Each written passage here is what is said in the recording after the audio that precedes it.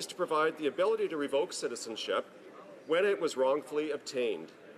False representation, fraud, or by knowingly concealing material circumstances remain as grounds for revocation. Thank you, and I will continue after and will share my time as I'd mentioned. Thank you.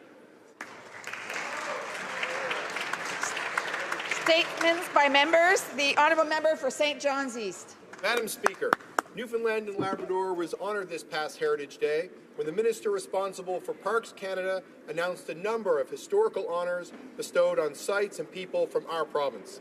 In this, the 100th anniversary of the Battle of Beaumont-Hamel, I draw the House's attention to Thomas Nangle.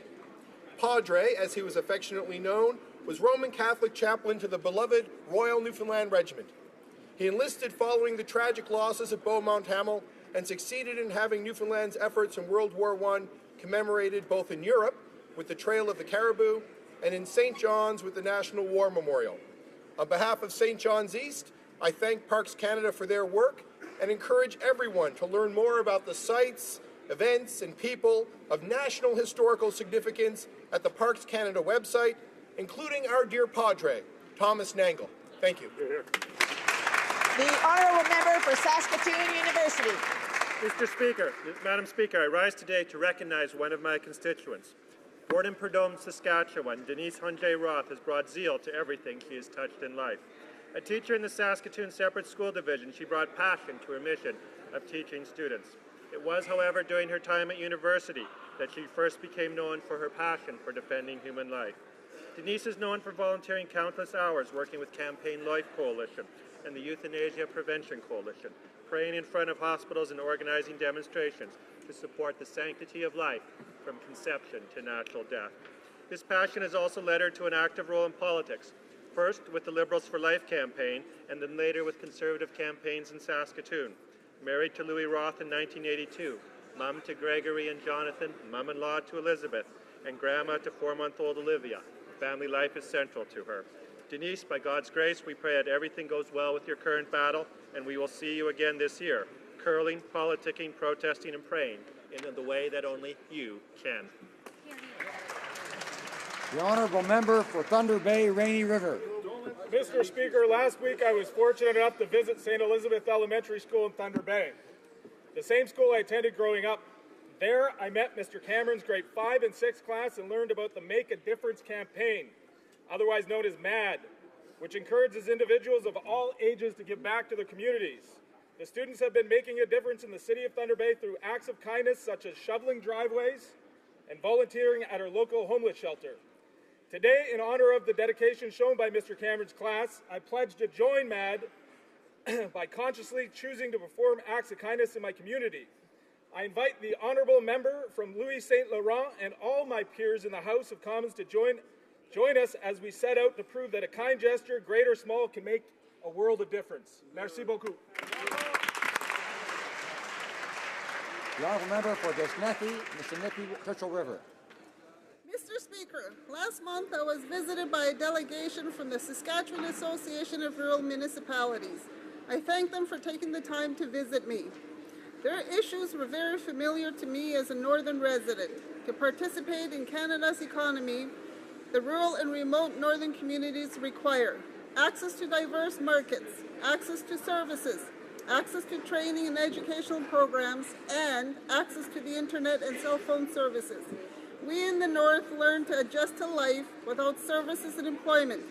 But, Mr. Speaker, northern and remote communities are integral to Canada's economic prosperity. In the spirit of ensuring fair and equitable distribution of wealth, I am committed to work hard to help our rural and northern communities to reach their potential.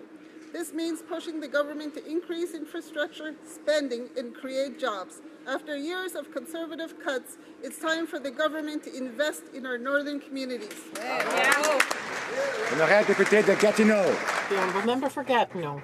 Mr. Speaker, on February 12th, in a ceremony at Rideau Hall to underscore his contribution to the development of the Canadian francophonie, Gatineau resident Pierre Bergeron received the Order of Canada, Canada's highest civil reward. Last Saturday, Mr. Bergeron also received the Prix Richelieu fondateur Albert Boyer for people who make their mark in their contribution to the francophonie. Originally from the Saguenay, Mr. Bergeron was hired by Le Droit in 1975. Throughout his career, he decided, and I quote, to provoke without hurting, inform without deforming, and raise awareness without raising ire. By deciding to fight instead of being impartial, he played a major role in saving Montfort Hospital and contributed to the francophonie on both shores of the Ottawa River. He also contributed to his region by sitting on many boards of directors, including the United Way, and was involved in the Michener Awards.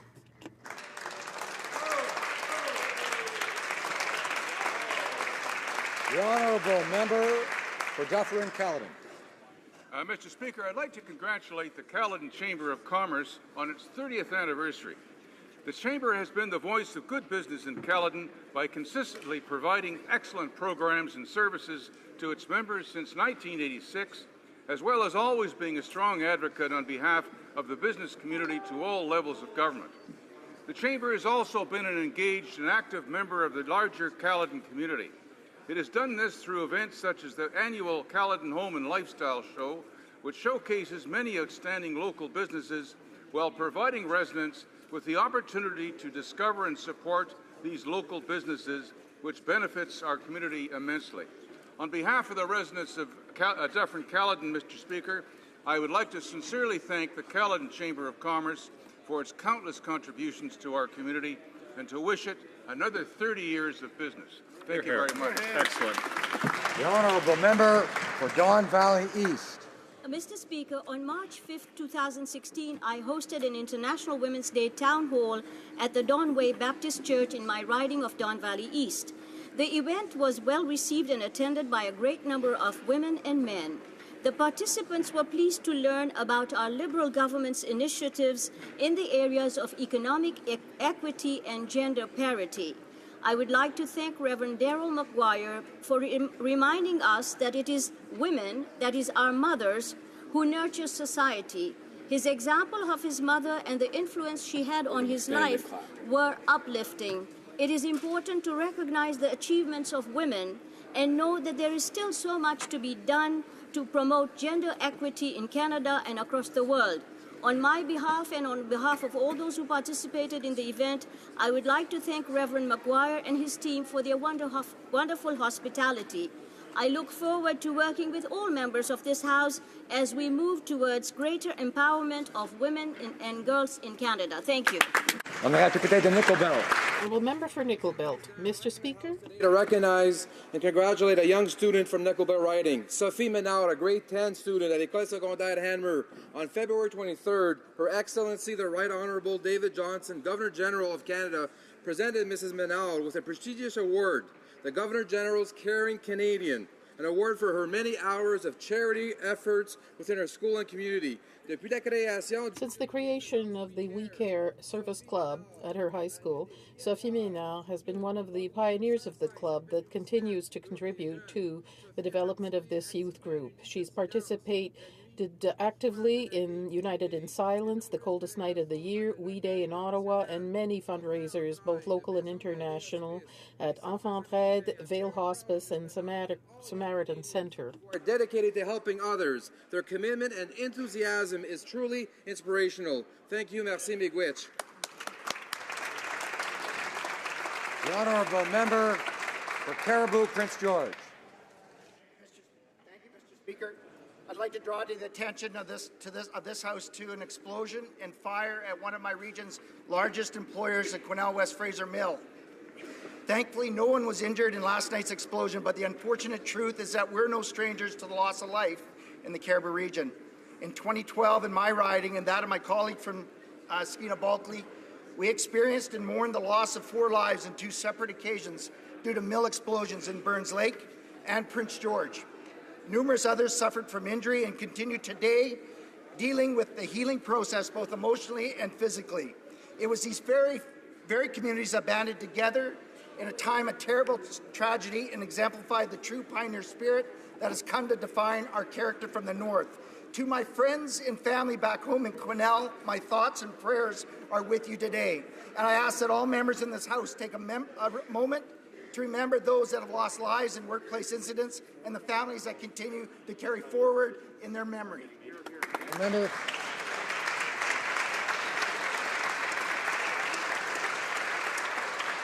The honourable member for Northwest Territories. Mr. Speaker, I'd like to give a big shout out to Team NBT athletes, coaches, and mission staff who have been in New Greenland since March 6th, participating in the 24th Arctic Winter Games. What started out in Yellowknife in 1970 with competitors from Yukon, Alaska, and the Northwest Territories has turned into the largest multi-sport and cultural event for youth athletes from many of the world's Arctic regions. There are now over 2,000 athletes from Nunavut, Northern Alberta, Nunavik, Russia, Greenland, and Scandinavia. These athletes are competing in 15 different sports, from cross-country skiing and hockey to traditional Dene and Inuit games. Attending the games is a great achievement for all these youth. It will show them hard work and perseverance pays off. These athletes have developed skills and will gain experience that will serve them well in life. To all the Arctic Winter Games athletes, good luck and have fun. Masicho, Mr. Speaker.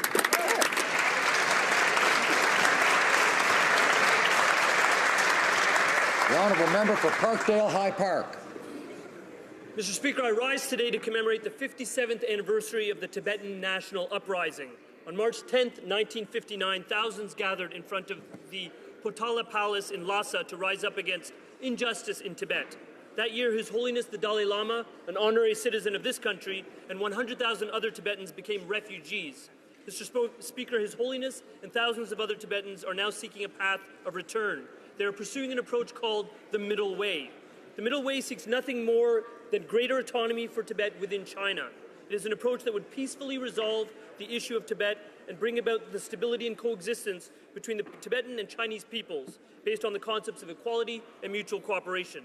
Mr. Speaker, it saddens me greatly that in a desperate attempt to raise more awareness about the cause of Tibet, 151 persons have self-immolated.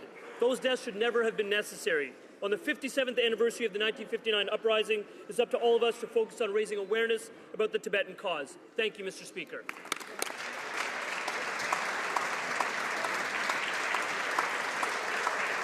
The honourable member for Chatham, Kent, Leamington.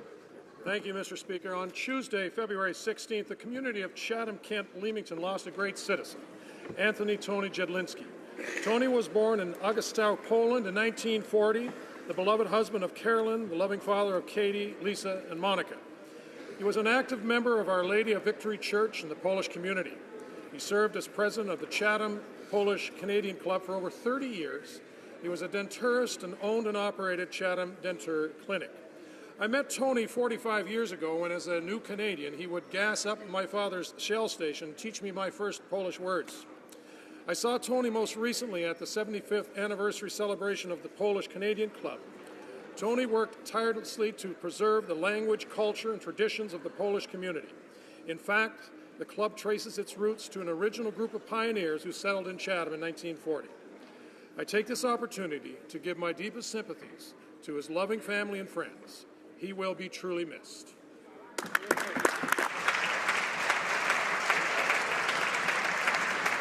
The honourable member for Mississauga-Streetsville. Mr. Speaker, I rise today to honour the life of Donald Munro Blackmere, a veteran in my riding that recently passed away at the age of 95. Don served with the Royal Canadian Army during World War II from 1940 to 1945 and was a member of the Streetsville Royal Canadian Legion, Branch 139.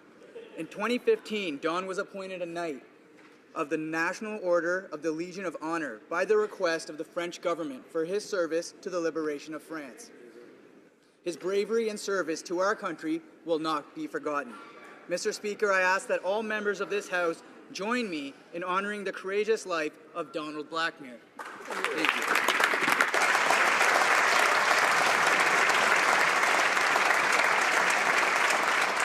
The member for Kootenay, Columbia.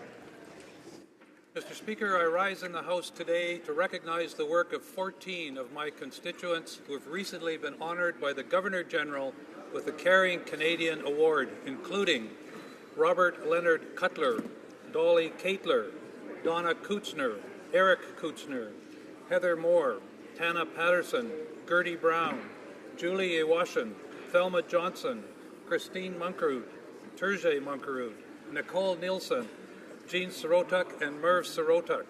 From providing medical care in Haiti to protecting wildlife to supporting people living with disabilities, these caring Canadians have dedicated their lives to making the world a better place.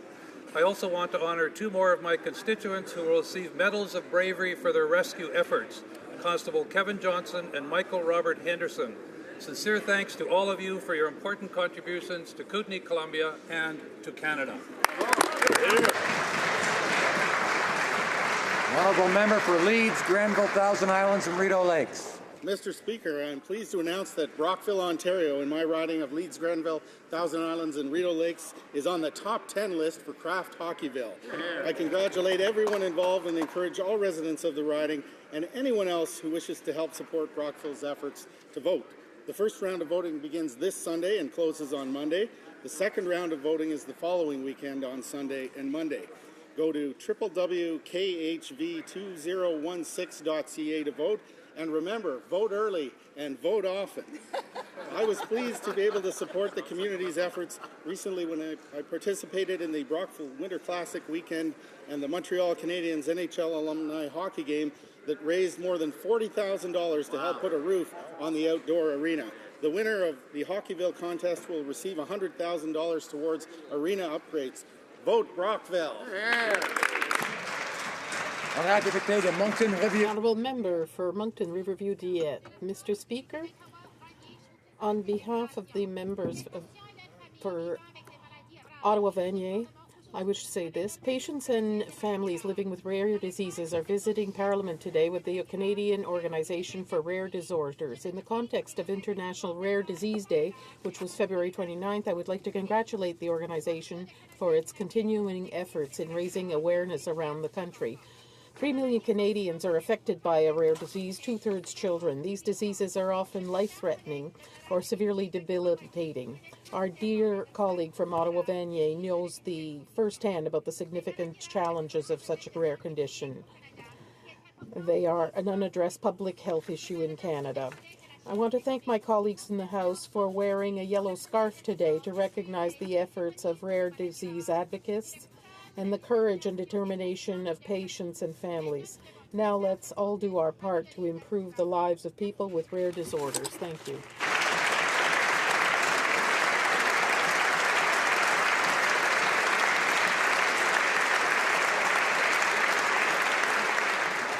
Oral questions, questions orales. Honorable chef de l'opposition. The Honourable Leader of the Opposition.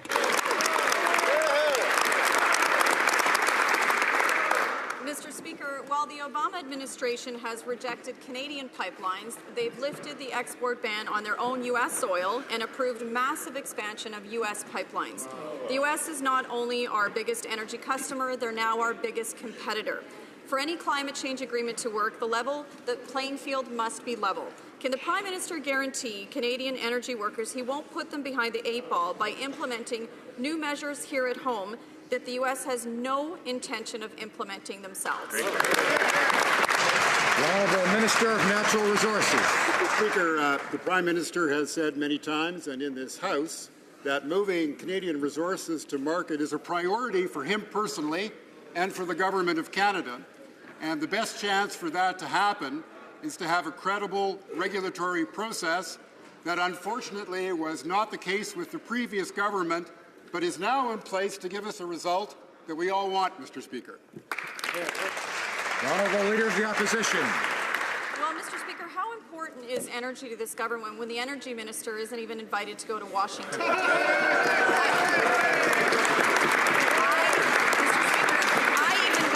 To go to Washington. Mr. Speaker, on another issue, the Liberals have committed to borrowing billions of dollars every year, but economists tell us this explosive borrowing will not create jobs that we need. In fact, they say this spending will have virtually no positive impact on growth. Why are they so determined to saddle Canadians with so much debt for so little result? The Honourable Minister of Finance. We are determined to make investments that can improve the lives of middle-class Canadians and people across the country. we've made it very clear that we believe that the time is right for us to make significant investments to improve the long-term productivity of this country at a time when interest rates are the lowest they've ever been. It's the right thing to do for the country, it's the right thing to do for the middle class and all those struggling to join the middle class. Yeah. Honourable Leader of the Opposition. Mr. Speaker, this year, the Liberal government had a $3.2 billion surplus, and they spent in short order. And we had the best economy in the G7, but the government cannot continue along these lines. Mr. Speaker, will the Liberals admit that they don't have a plan? Monsieur le Président, nous...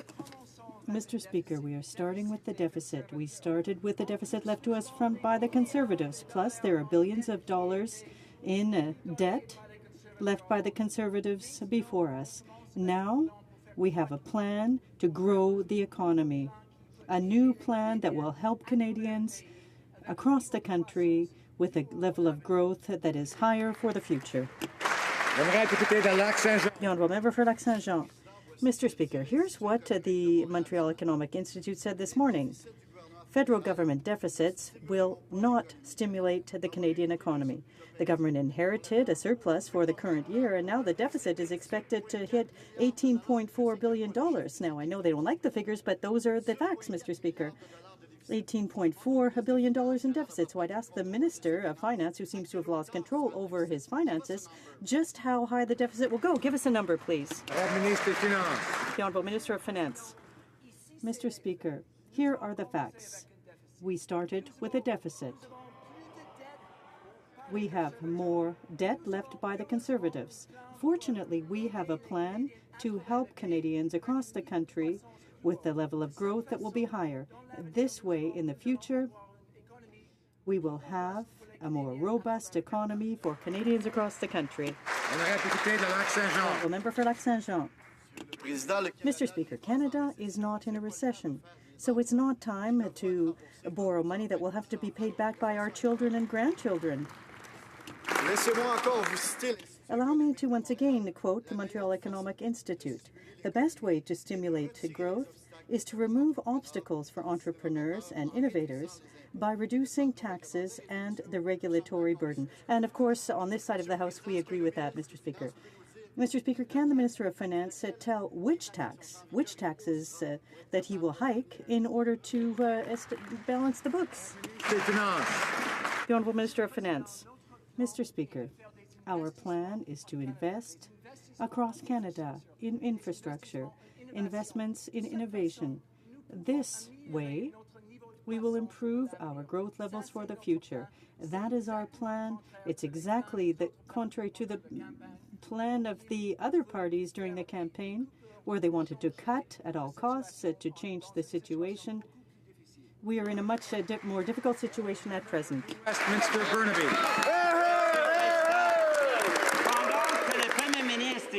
Well, the Prime Minister and his quasi-royal guard of advisors, ministers and members are in Washington. We hope that between two bites of some kind of fancy appetizer, they'll resolve the issue of softwood lumber. There are many workers in Quebec who have faced difficult times, and there's a lot of uncertainty surrounding the end of the agreement. Can the Prime Minister ensure that he will protect our industry and our workers when he goes to Washington? The Honourable Parliamentary Secretary. Mr. Speaker, I'd like to thank the Honourable Member opposite for his question because I have good news. I'm happy to announce this morning that this morning the Prime Minister and President Obama signed their interest in a long-term agreement for softwood lumber.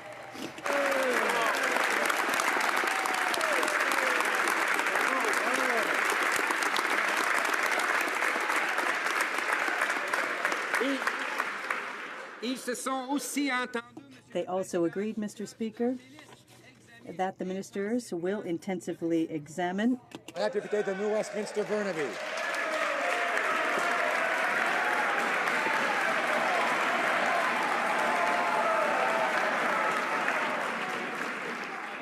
Mr. Speaker, Speaker, I know this is a new government, but interest in having an agreement is not an agreement.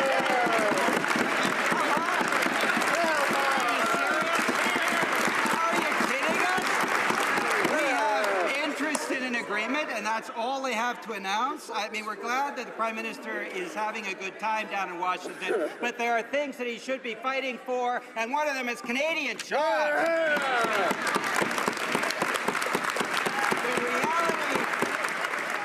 The reality is, if a new agreement is not made, there are jobs that will... The Honourable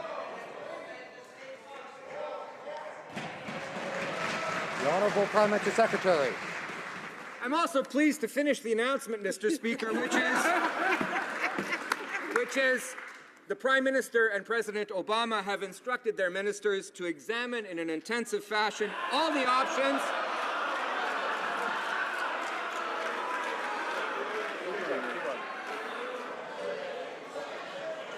Order. It must be all the... Order. Hello. Hello. It must be all the bright colors around here or something. I don't know. Let's listen to the Honourable Parliamentary Secretary. A little order, please. I understand the enthusiasm on the part of the other side, Mr. Speaker. They will table a report within 100 days, Mr. Speaker, that will outline the principal manner in which we will resolve this issue. Thank you.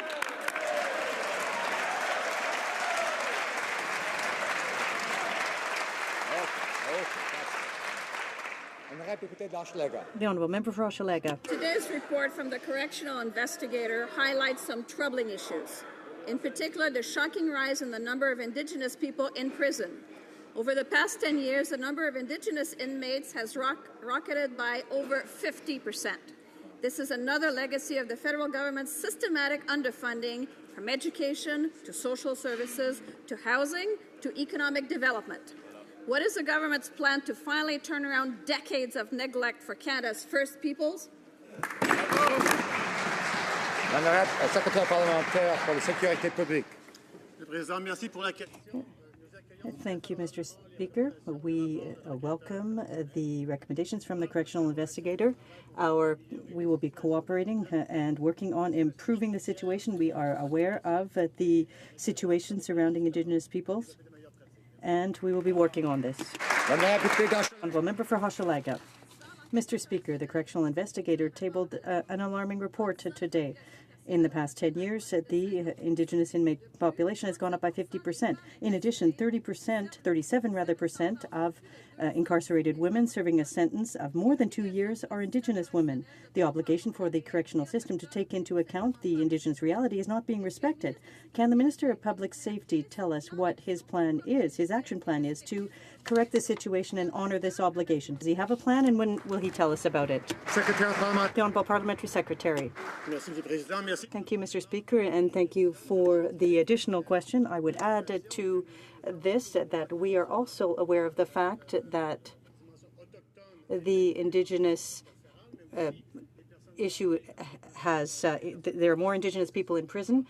This is an issue. This is why we welcome the recommendations made by the correctional investigator, and it's the first step in remedying the situation. For Brantford Brant. Mr. Speaker, the Liberals are spending like we're in the Great Recession, even though we're not. The economy is growing. They could provide targeted supports to parts of the economy that need help today and to invest in infrastructure over the long term, but they're not going to do that. They are obliterating every one of their promises by running a $30 billion deficit. They just can't resist spending more. How can the Liberals justify spending money they don't have to fight a recession we're not in? Honourable Minister of Finance. Mr. Speaker, I'm very much looking forward to presenting to this House our budget 2016 in just a few short days. I'm pleased to tell the honourable member and all of the members of this House that we will be introducing a budget that will make investments in long-term productivity, investments in infrastructure that can make a real difference in Canadians' lives while increasing our growth rate in this country for those people who need to have a much better growth rate now and in the future for their families. The honourable member for Brantford Brant. Mr. Speaker, TD Bank says the Liberals are breaking every single fiscal promise they made during the campaign. And the Bank of Montreal is warning that their spending spree will not come close to producing the growth they're imagining.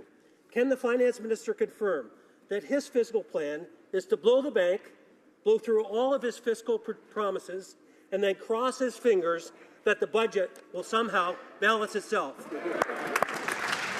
Honourable Minister of Finance. Speaker, I can confirm to this House that we've had a last decade of low growth. We campaigned on a promise for Canadians that we would help those Canadians that are middle-class Canadians and those struggling to join the middle class by investing in growth. We will be making investments in infrastructure at a time when interest rates are at a historically low level. We're going to do this because it's the right thing for all those Canadians who know that we need to make investments in the future. Honourable Member for Louis Saint Laurent. Well, thank you, Mr. Speaker. Earlier, the Minister of Finance has said in the House, and I quote, "Here are the facts." Well, we have the facts from the Department of Finance for 25, a budgetary surplus of $1 billion. These are the facts from the Department of Finance, Mr. Speaker.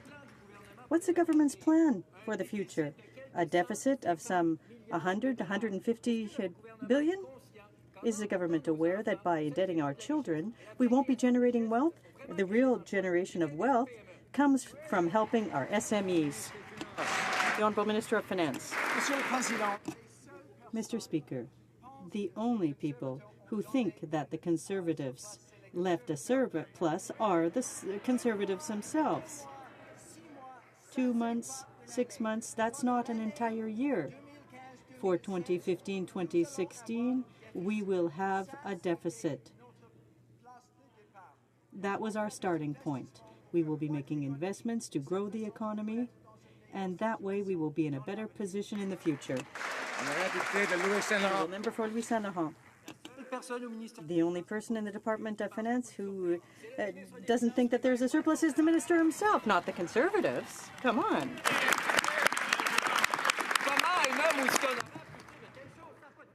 That makes no sense saying that. Now, Mr. Speaker, today the Economic Institute of Montreal warned the government and said that debt isn't creating wealth. What we need to do is help the wealth generators, the small and middle, medium-sized businesses. What's the plan to help these SMEs in the country? The Honourable Minister of Finance. Mr. Speaker, as I've said several times, we have a plan to grow the economy. We started by cutting taxes for the middle class. That will help 9 million Canadians across the country. They will have more money in their pockets this year. We'll also add other measures to the budget, and it will be a good history, a good story for you to read in 2 weeks. Trail Eagle Creek. Mr. Speaker, the Liberals have been evasive for months when asked about Bombardier's billion-dollar deal. Finally, the Minister of Industry stood up yesterday to say that the government has a plan for Bombardier. Last time they had a plan, they blocked the Toronto Island Airport expansion and killed the Porter deal with Bombardier that would have created thousands of jobs. Mr. Speaker, the Liberals are cooking up a backroom deal with Bombardier. How much will this secret deal cost Canadians? The Honourable Parliamentary Secretary for Economic Development. Mr. Speaker, this government recognizes that Bombardier is part of a key industry and sector in our country, the aerospace industry, which employs more than 180,000 Canadians in high-quality jobs, represents more than $29 billion in economic activity. Mr. Speaker, we're in discussions with Bombardier, we're in discussions with the government of Quebec, and if there's a solid business case that will be made, we will certainly present it to the people. Honourable Member for Carleton Trail Eagle Creek. Well, Mr. Speaker, Canadians want a market-based solution to support Bombardier that doesn't cost them billions of dollars of their hard-earned income. Yesterday in question period, the industry minister said the government has a plan for Bombardier. After question period in committee, the transport minister said no decision has been made. Mr. Speaker, who's telling the truth? The Honourable Parliamentary Secretary. Mr. Speaker, the minister made it clear in the House that on December 11th, Bombardier approached the Government of Canada to ask us to help them out. We are studying their case as they know that this is a very complex file. We are doing our due diligence because there's one thing which we had promised the people of Canada is that whatever decision that we're going to make, it will be based on a solid business case and a solid analysis, Mr. Speaker. That's something that we believe in, and having evidence-based as opposed to just making decisions willy-nilly like they do on the other side.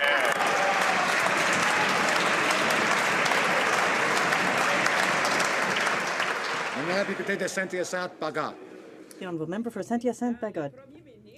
Mr. Speaker, today the Prime Minister announced an agreement with the Americans on reducing methane gas emissions. We're happy that the Americans finally recognize the importance of taking action, but for Canada this is nothing new. The provinces have already made these commitments. It's time to be serious about fighting climate change. Will the government stop doing the least it can and finally come forward with the targets to reduce these gas emissions? The Honourable Parliamentary Secretary. To methane emissions, to achieve real progress, we have decided to take joint action with the United States to reduce methane emissions across the industry. The former Conservative government talked about this for years. We are getting it done. Right. Methane.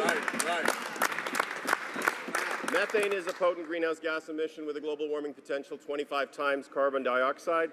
Both countries have committed to reduce methane emissions by 40 to 45% by 2025 and will thereby be taking significant action on climate change. The Honourable Member for Skeena-Bulkley Valley. Mr. Speaker, obviously tackling methane emissions is important, but many provinces like British Columbia and Alberta already have plans in place. The real elephant in the room is the urgent crisis of rising CO2 emissions. Another Canadian Prime Minister meets with another American President, and we're left with no price on carbon, no targets to reduce greenhouse gases, and no plan to actually get us there. Look, photo ops and state dinners are swell, but when are we going to actually see a plan from this government that will reduce climate change in this country? The Honourable Parliamentary Secretary for Environment. Mr. Speaker, I'd just like to quote some of the words of President Obama from this morning. I'm especially pleased to say that the United States and Canada are fully united in combating climate change. This government, in the short 5 months that it's been in power, has been part of creating a historic global deal on climate change, has started down the path of developing a pan-Canadian framework with provinces and territories to address climate change, and today we announced concrete continental measures to address it. This is real progress, and this is real change. The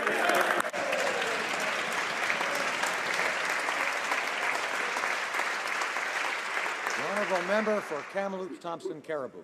Mr. Speaker, yesterday in the gallery there were renters from my riding who live in the area where Aboriginal title has been declared over private property. Frankly, Mr. Speaker, when they heard the responses from the ministers, they were terrified about their lack of regard for their ranches and their property. Can the Justice Minister stand in her place and reassure them that they will protect private property rights? The Honourable Parliamentary Secretary for Justice. Thank you, Mr. Speaker. As the Justice Minister clearly stated yesterday, this matter is before the courts. We cannot, therefore, talk about the specific case.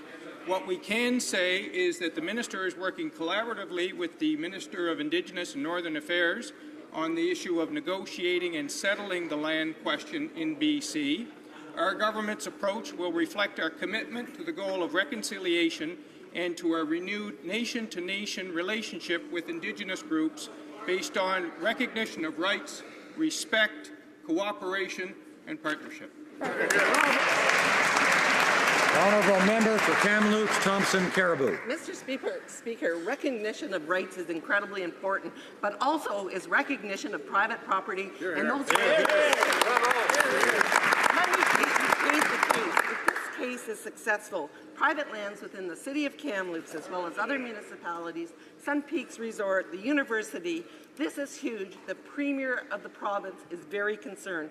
They need to step up to the table and be part of that suit. So again, I will ask them, don't talk about the court case, just stand up and say you care about private property rights. You are protecting. Honourable Parliamentary Secretary.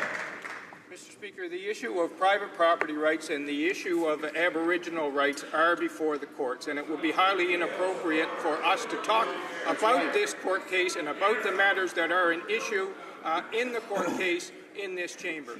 We as a government will continue to deal with First Nations land claims in a manner that's consistent with our commitment to reconciliation and a renewed nation-to-nation relationship with Indigenous groups based on recognition of rights, respect, cooperation and partnership.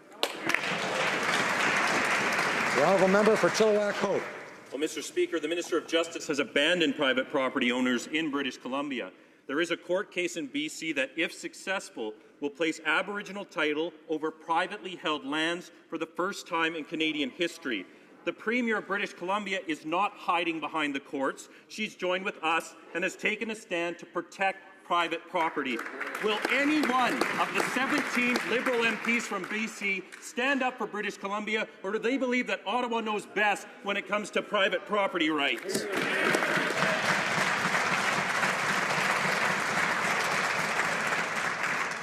The Honourable Parliamentary Secretary. Mr. Speaker, this case will not be litigated in this chamber. It will be litigated before the courts in British Columbia. And it is early in the litigation process. There will be things that will happen in the litigation process and outside the litigation process, but what will not happen is the case will not be litigated here.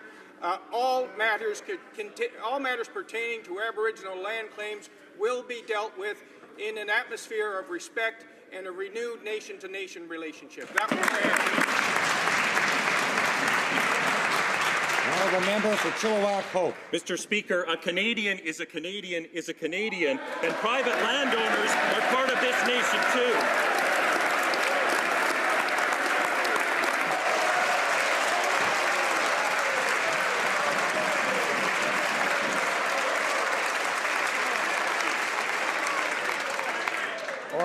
Order, members. Members seem to be very anxious to applaud the member for Chilliwack-Hope, but let's let him finish his question first. Private landowners are part of this nation too, and it's time that this government recognizes that their rights are currently being threatened and should be protected. Christy Clark has made it crystal clear, respecting Aboriginal rights does not mean abandoning private property rights. When will this government stand shoulder to shoulder with BC and fight to protect private property rights?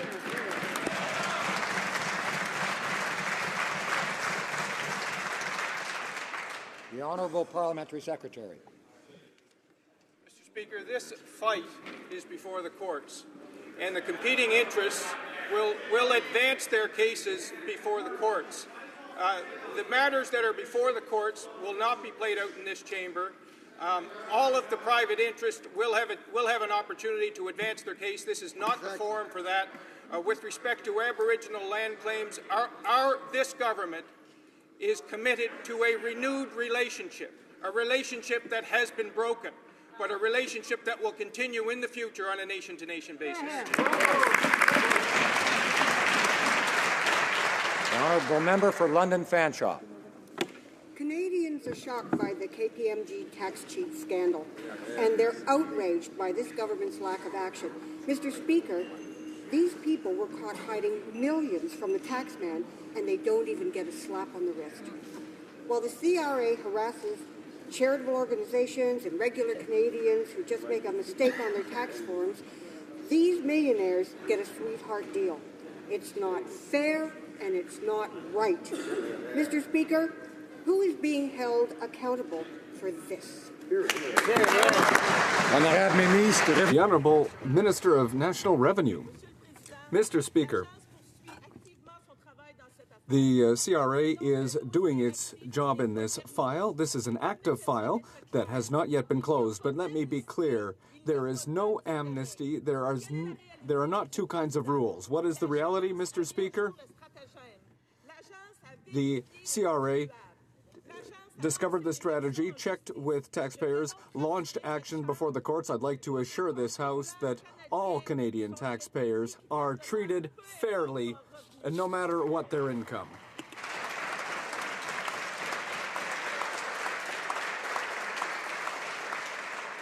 The Honourable Member for Sherbrooke.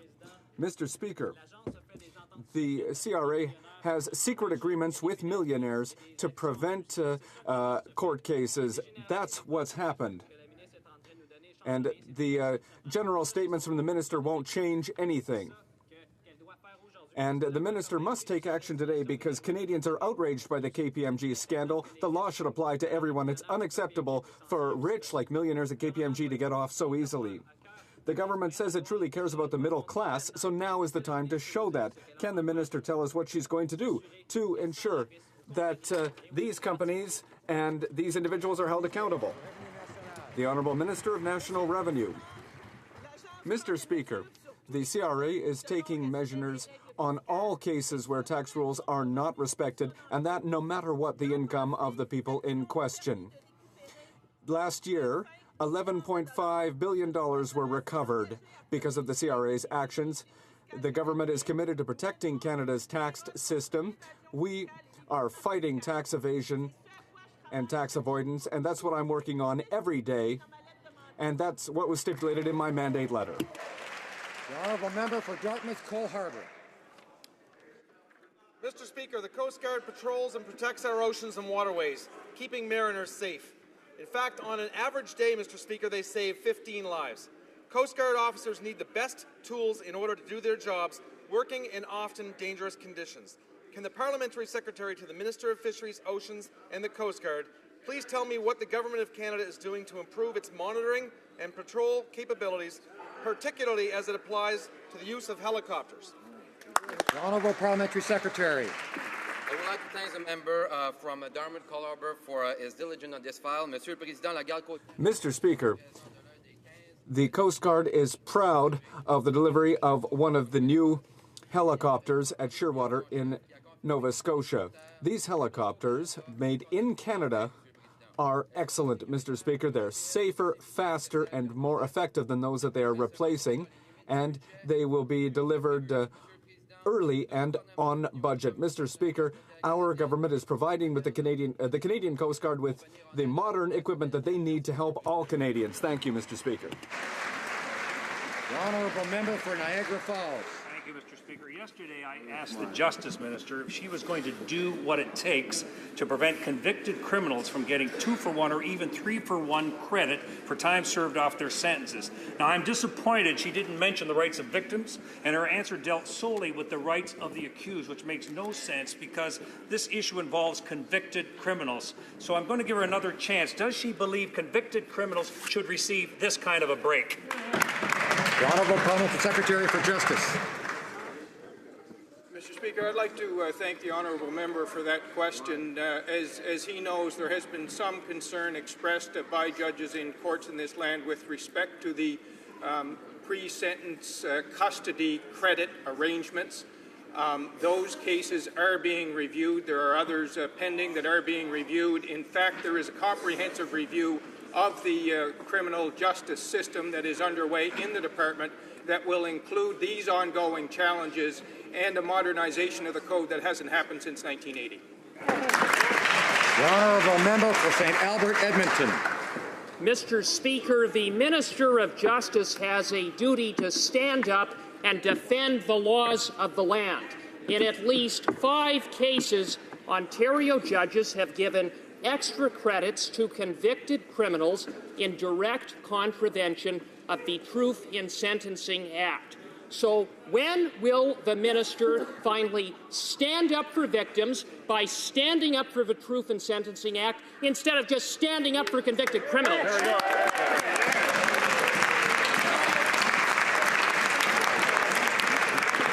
The Honourable Parliamentary Secretary.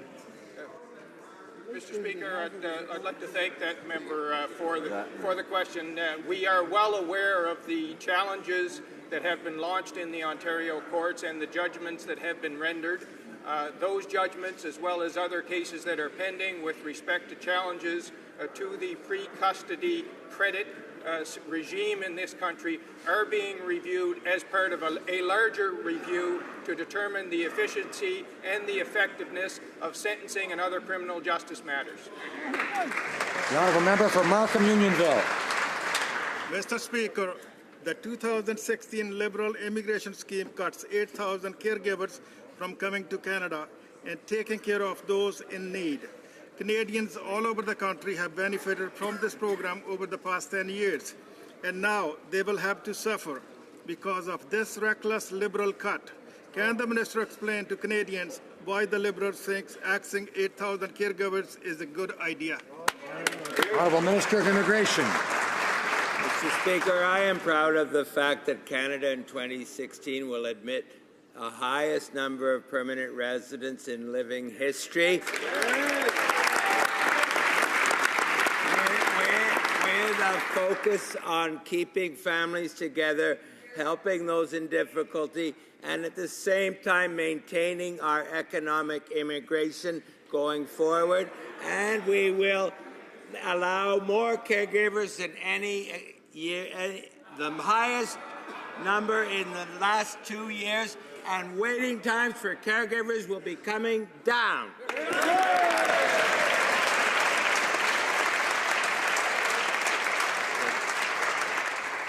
Member for Markham Unionville. Mr. Speaker, Conservatives oversaw the highest sustained target of economic immigration to our country in our history. Under the 2016 Liberal immigration scheme tabled on Tuesday, 25,000 economic immigrant spots will be cut. Can the Minister explain why the Liberals intend to keep so many economic immigrants from coming to Canada and growing our economy? The Minister of Immigration. It's true, Mr. Speaker, the Conservatives achieved something that was the highest in Canadian history in immigration, the highest processing times we have seen for 10 long years. And my number one objective is not only to sustain and grow immigrants in every component, but to do everything possible to bring those Conservative processing times down.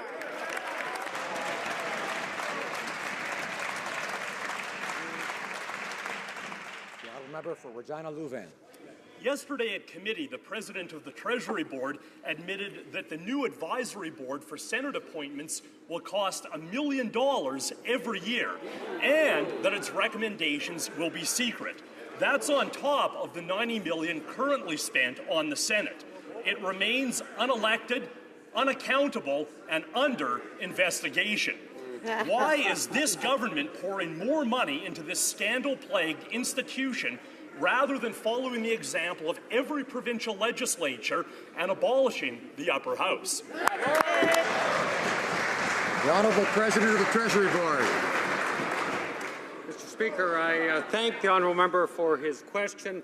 Last night I met with the committee as part of discussing supplementary C estimates, and in fact part of that did involve an investment in good government in an appointment process that will ensure that Canadians of the highest merit are named to the Senate of Canada. And I can tell him that this does require some level of investment.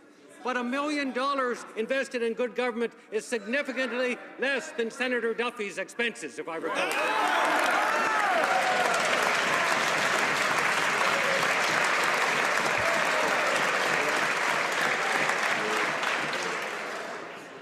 The honourable member for Berthier-Maskinongé.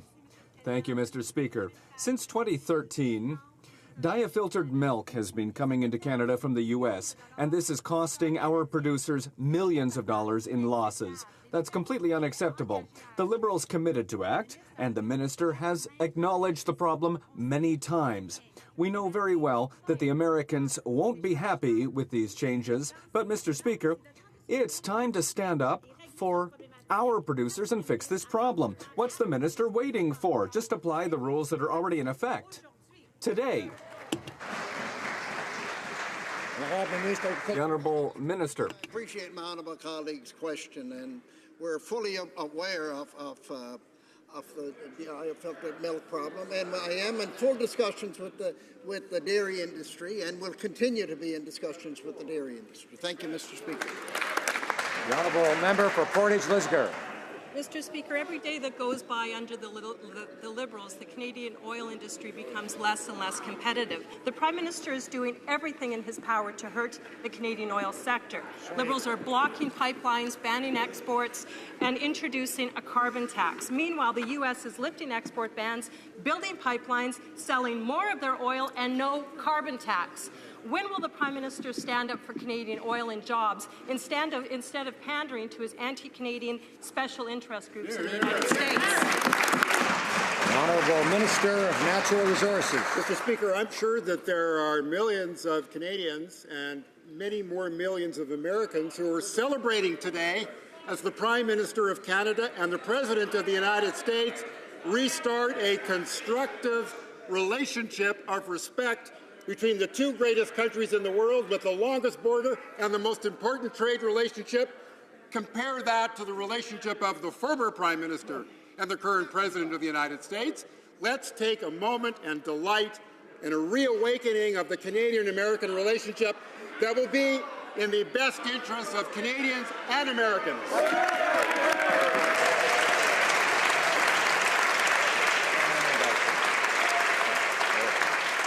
Member for Red Deer, Mountain View. Mr. Speaker, a few weeks ago, 10 Canadians had a Q&A with the Prime Minister, and one of those Canadians was Danny Strilchuk, a young oil field worker from Edmonton. When he asked the Prime Minister how he would deal with the struggling oil industry, the Prime Minister responded with a sigh and said, well, hang in there. Well, telling a struggling young man to hang in there is not enough. When will the Prime Minister stop putting up roadblocks, stop raising taxes, and help struggling workers get back to work? The Honourable Minister of Employment. Thank you, Mr. Speaker. It's my honour to be standing here with a government that understands that it's time to help workers instead of businesses, and here we have a chance to make a difference for Albertans. Coming up,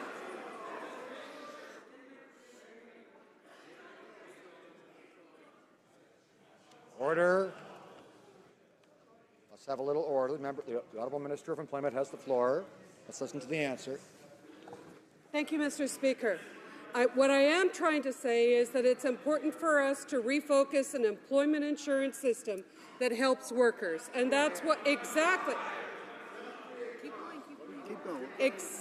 what we are going to be doing in the upcoming budget. The Honourable Member for Red Deer, Mountain View. Well, Mr. Speaker, this week in Washington, the Prime Minister will be hosted by the Centre for American Progress. This anti-Canadian organization has spent years lobbying against Canadian energy and the jobs that it creates. Thousands of Canadian jobs depend upon our natural resource industries, which include forestry, agriculture, oil and gas. Mr. Speaker, why is the Prime Minister focused on photo ops and anti-Canadian lobbyists instead of low taxes and better jobs for Canadians? The Minister of Natural Resources. The honourable member will know that a year ago, the Prime Minister met with this very same group in Washington and argued in favour of the Keystone XL pipeline because we are interested in fashioning arguments that will persuade people that we might have a good idea, unlike other governments who weren't interested in hearing other arguments because they had all the good ideas. The Honourable Member for Davenport. Mr. Speaker, the child poverty rate in my riding of Davenport is above the national average. The poverty that children are facing is very troubling. It's often said that a society is measured by how it treats its most vulnerable members.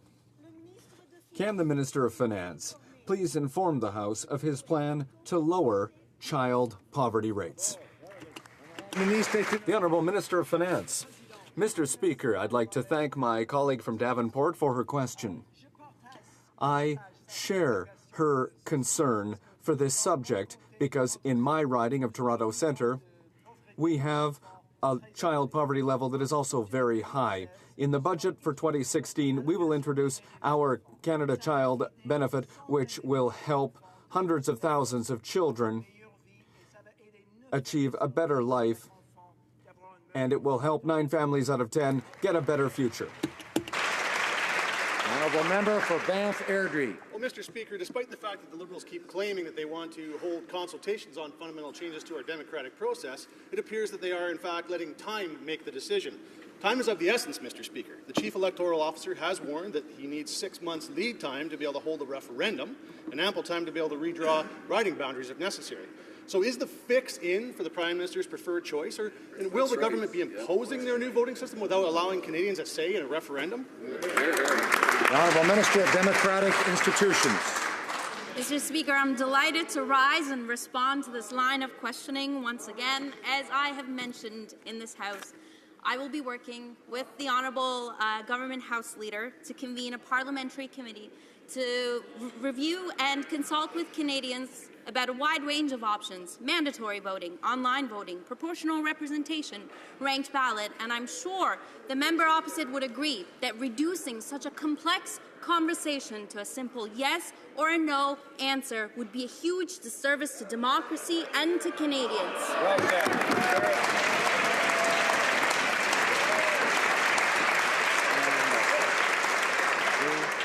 The honourable member for Rosemont-la-Petite-Patrie. Mr. Speaker, it's fascinating. We have front row seats for a monumental injustice. 3 weeks ago, the Transport Minister said that he wanted to change the Air Canada Act to avoid future court cases. This week, a bill was tabled. But yesterday at committee, the Minister refused to say that he'll maintain Air Canada's legal obligations that have been confirmed by the Court of Appeal and the Superior Court of Quebec. Mr. Speaker, why is the Minister treating the 2,600 Avios employees like spare parts you just use once and then throw away? The Honourable Minister of Transport.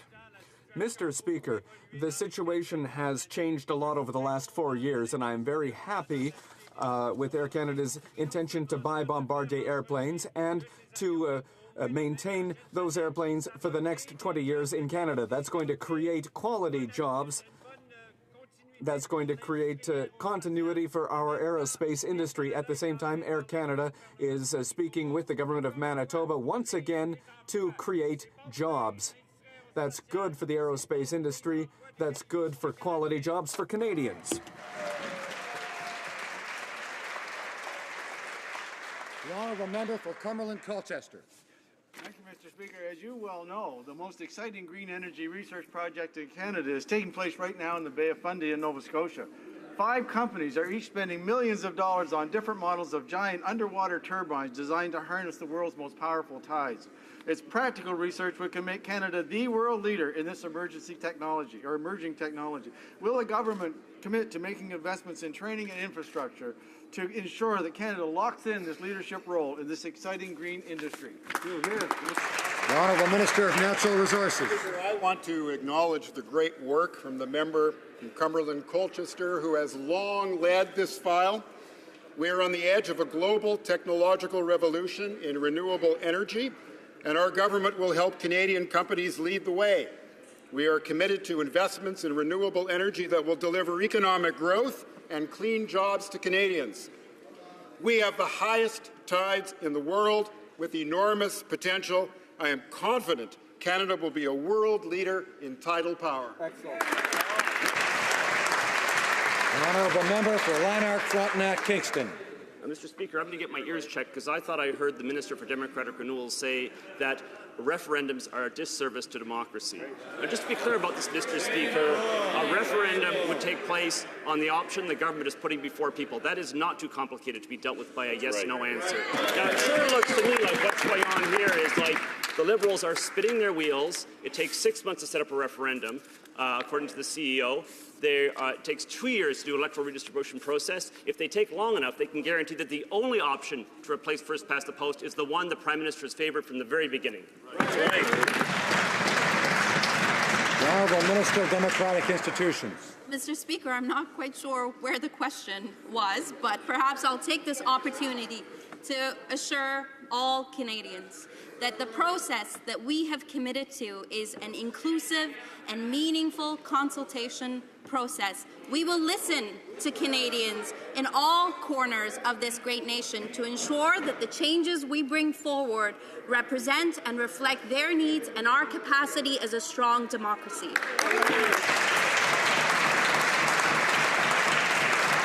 The Honourable Member for Joliette.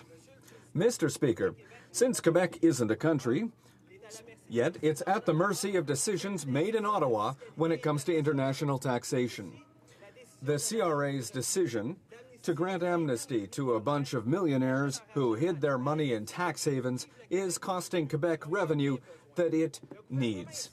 Is the government aware that these little deals mean less money for health care, for daycare, and less money for education? Does the government care? The Honourable Minister of National Revenue. Thank you, Mr. Speaker. Listen, it's a pleasure to repeat for my colleague who didn't understand my answer from earlier. There is no amnesty. There are not two sets of rules. The CRA updated the strategy, or discovered it. The CRA launched court cases. This is an active file. It's not over yet, Mr. Speaker. The Honourable Member for Repentigny. Mr. Speaker, the Minister of Natural Resources declared that the Trudeau government shares the objectives of Energy East to convince the population. But a government's job isn't to convince, but rather to listen to the population. Even the White House doesn't follow Ottawa, as John Kerry said yesterday. Can the minister explain how the goals of Energy East are compatible with the commitments made by his government at the Paris conference, which was renewed this morning by the Prime Minister in Washington? The Honourable Minister of Natural Resources. We said that the common objective was to move our natural resources to market sustainably. I don't know whether there are members on the other side of the House who don't share that objective, but we know that that is what this government believes, and I'm sure that's what the official opposition believes. But there's only one way that that's going to happen, and that is if there is a credible regulatory process where all Canadians can have their view, rather than the path to failure, which was the style of the former government.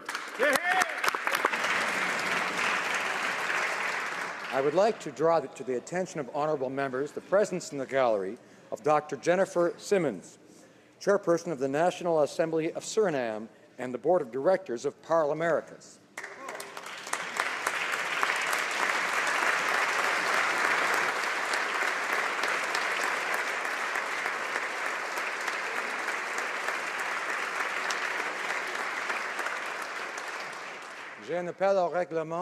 I have a point of order from the honourable member from Louis Saint Laurent.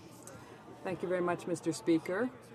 As you know, Mr. Speaker, during question period sometimes people get excited. I know that it happens to me, but to have, in such circumstances, it's important that parliamentarians have in hand the right document. So I would like to ask for unanimous consent to table the following document, the report from the Department of Finance, the Fiscal Monitor.